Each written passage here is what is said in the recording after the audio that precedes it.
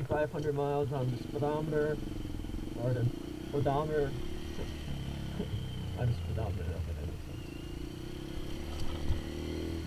So just gonna go to the post office towards Ninja. So I am planning to go on a longer trip if the weather holds tomorrow. So the trip will be all the way up to this nice park in kind of, I guess the coast of Wisconsin. And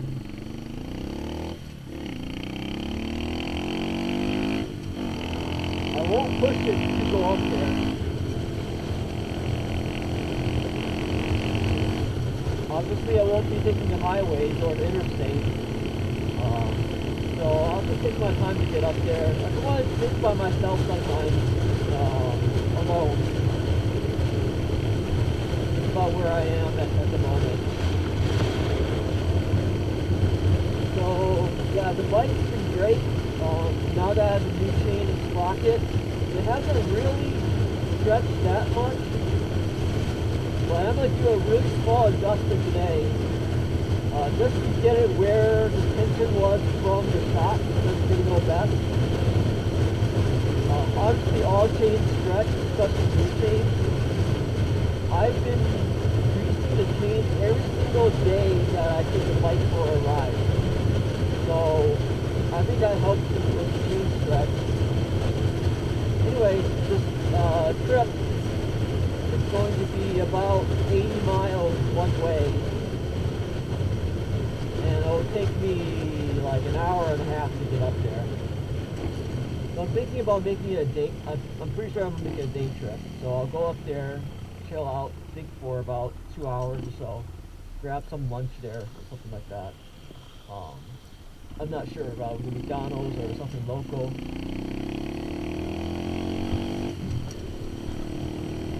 But yeah.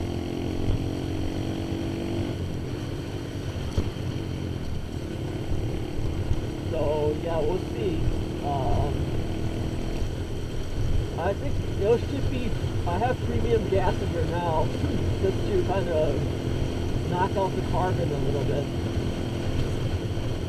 The high octane premium gas. Tomorrow, I think I'll do it. Like I have really nothing to do, and I don't really want to stay at home and do nothing. So it's gonna be like a pretty fun trip going up there. I'll do some report. I'll do some reporting and my thoughts about a long distance ride on the ground.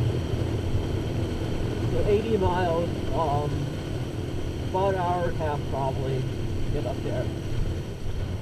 And my fuel mileage at the moment is about 130. So I should be able to make it all the way up there just on one tank of gas. But what I'm going to do is I'm going to get gas halfway. I'm going to plan it out, obviously. Have breaks and stuff. I'll take a break halfway through, like 40 minutes of ride, not 40 minutes, so, 45 minutes of riding, and then I'll take a break in one of the major cities. Okay. Maybe grab a little small snack at the gas station, fuel up, chill out for a little bit, listen to some music, and then get back on the road 45 minutes, and then chill out at the park for like an hour or two, just do some thinking by myself about where I'm at, kind of where my relationships are at. And after that, I'll, again, probably take another 45 minutes, take another break, fuel up. Just to be safe, I don't think I need it. Again, there's about 1.2 gallons in this tank, and I'm getting 130 miles per gallon. People are probably wondering why I'm talking to myself. But, yeah.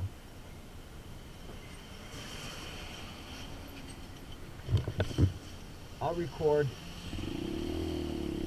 part of the ride, obviously.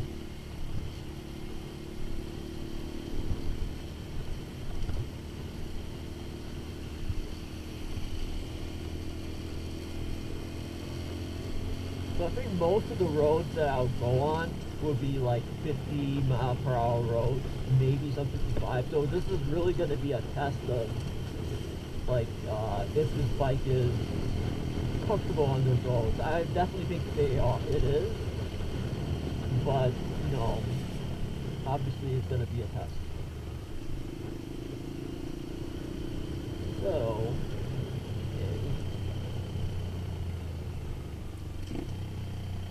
it's gonna rain today, hopefully not tomorrow.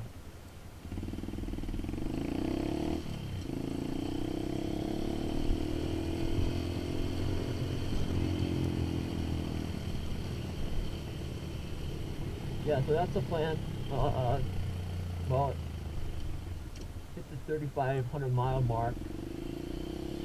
I actually thought that was special, but then I think there's a number of people. I saw a guy on YouTube. He has 7,800 miles, and he only has his bike for 1 year. So I had my bike for about a year and a half now, and I thought I'd use my bike a lot. But I asked him, his commute is 20 miles one way. So he's doing 45 miles each day. My commute is only 4 miles. So, you know, obviously, if my commute was comparable to his, I would be at like, what's that? I'll be over 10,000 miles, like 12,000 miles probably, which is pretty crazy. How long do you think this? So how long do I think this bike's gonna last? I don't know if I'm gonna do the cam next year. I might, or I might sell this to a friend, because it's a really nice bike, and it's something that, you know, I would not feel bad at all to sell to a friend, because, you know, I've taken good care of it. It's super reliable, super fun.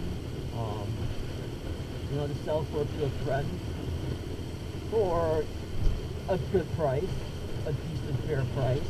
You know, obviously giving the friend a deal. And then getting like I don't know what I'm gonna get. So the seat height on this bike is the same as a beginner's bike. It's probably maybe a little bit more narrow, but not too much more narrow. So I can definitely do a beginner's bike. And I started out on a beginner's bike.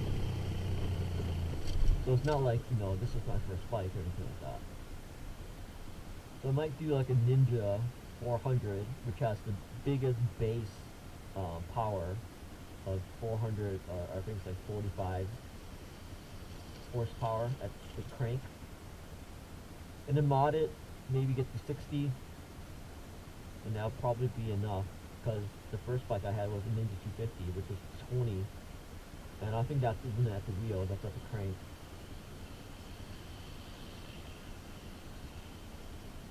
So, or I might get a 600, I don't know.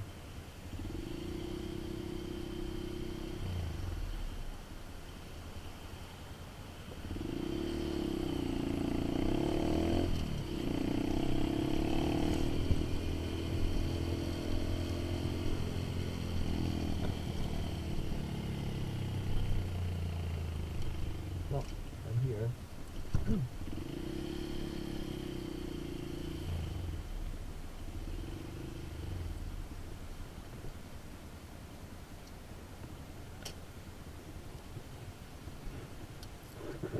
Hope everyone's doing well. Probably, most likely, big trip tomorrow. We will see.